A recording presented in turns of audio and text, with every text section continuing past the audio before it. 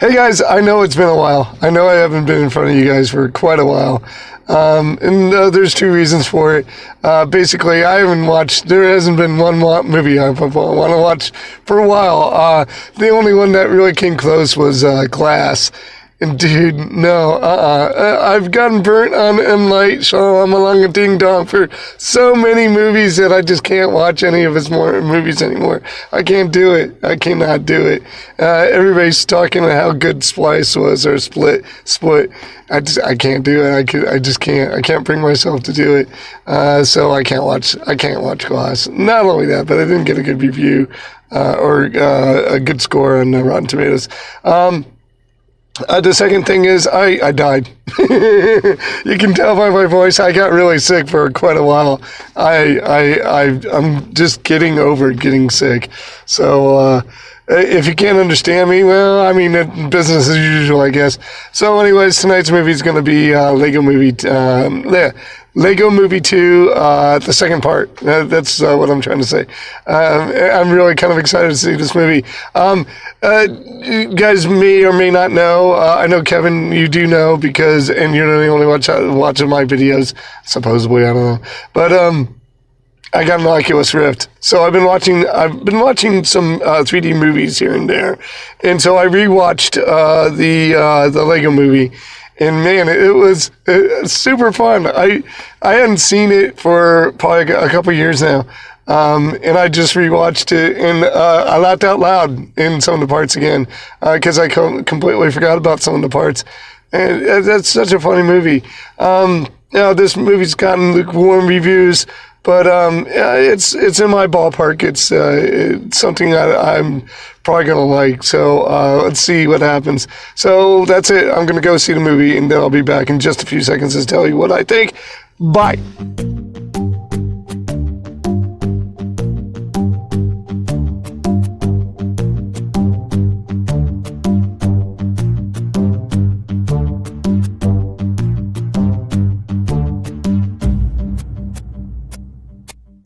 Hey guys, I just got done watching Lego Movie 2, the second part. Let's go ahead and briefly talk about the first movie. The first movie was basically, it was a really great, fresh story, and it was very funny about some kid who plays with Dad's Legos, and Dad's really rigid about his stuff. He doesn't want his stuff being messed up. So we have the crackle that is the glue that keeps the Legos together and keeps the structure of the toys rigid and pristine and perfect. And at the end of the movie, Dad realizes his folly and makes his mistake and realizes that these are toys, and these are toys to promote creation and imagination. And so he, in his better wisdom, decides to let his kids play with the Legos. And that's a really good message. And I like the blending of the imagination, the imaginary story, and the real life story of the dad and the sons getting together, and the imaginary story of Emmett and Wildstyle trying to save their world, their environment. So that's what we had in the first movie.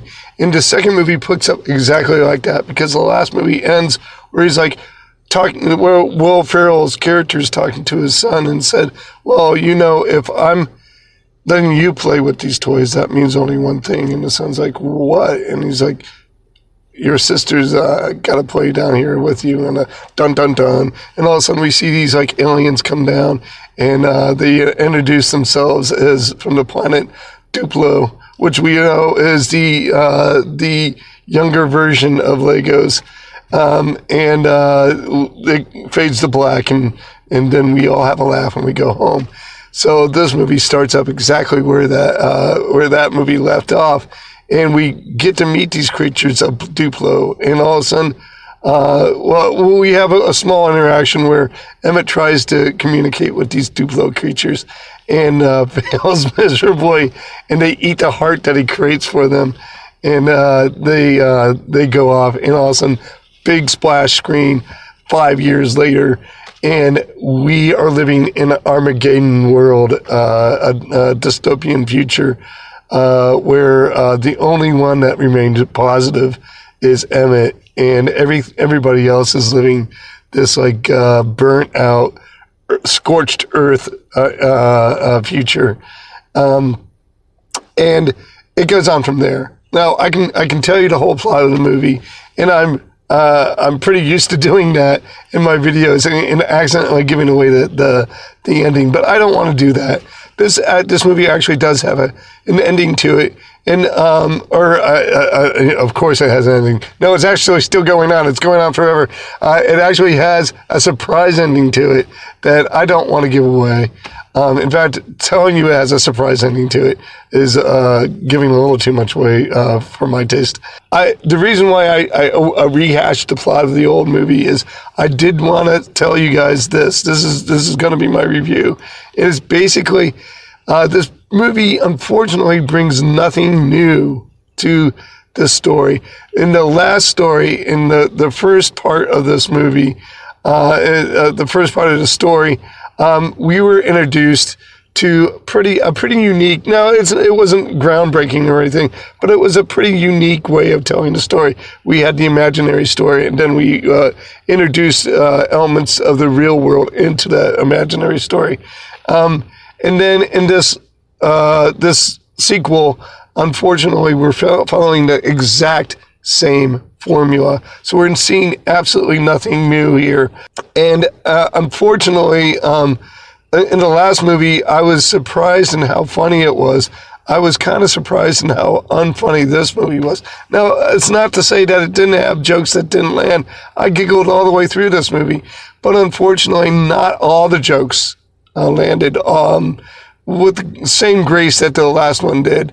So unfortunately, it wasn't. Let me say this: it was as good as the first movie, but the first movie actually had that element of uniqueness to it. This has kind of like a rehashed feeling to it, and so unfortunately, this movie is going to suffer from that. Let me go ahead and say this before we score the movie. This movie had everybody from the original movie was revisiting this other movie.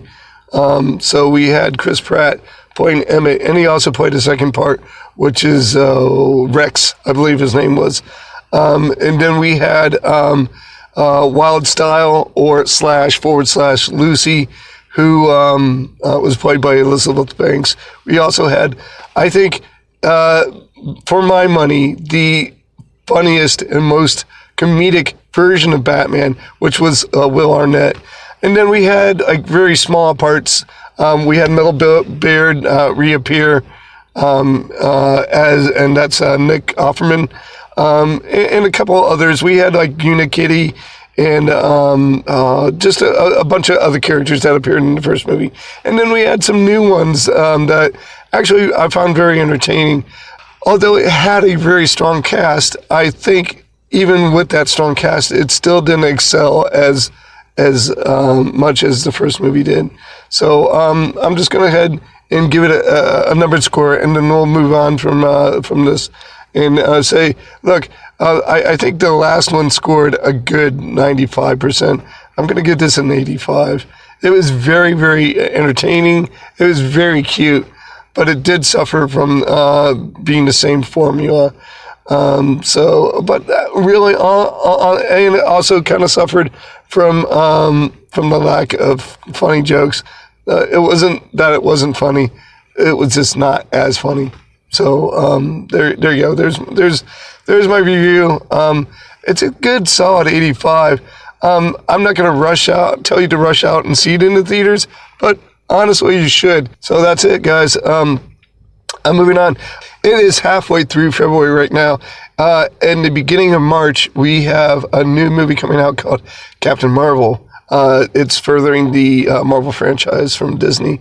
And I'm definitely going to go see that. And I'm definitely going to take you guys along with me. And you know what I think about that movie. And then a month after that, not maybe like if it happens in the beginning of March, it's the end of April. We're getting the second movie for the Infinity War. It's called Endgames, Avengers Endgames.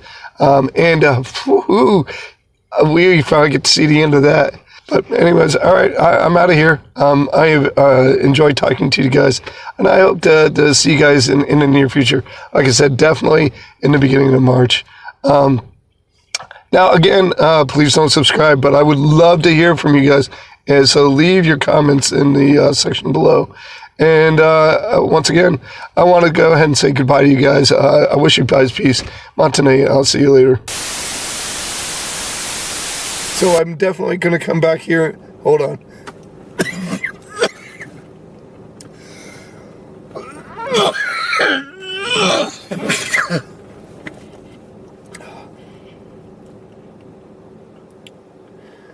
I honestly sound a lot better than I did before. You should have seen me. I was sick. I was really sick.